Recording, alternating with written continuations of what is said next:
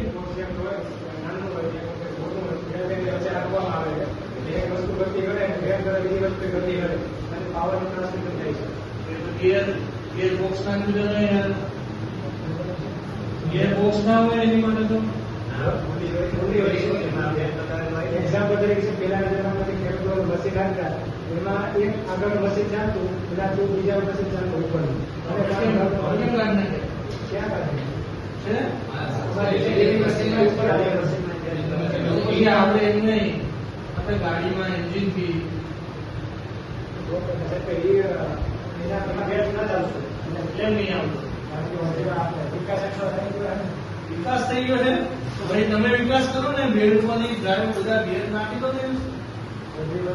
Belt નો વાંધો શું આવે? બોલો, બેલ્ટ નાખી પછી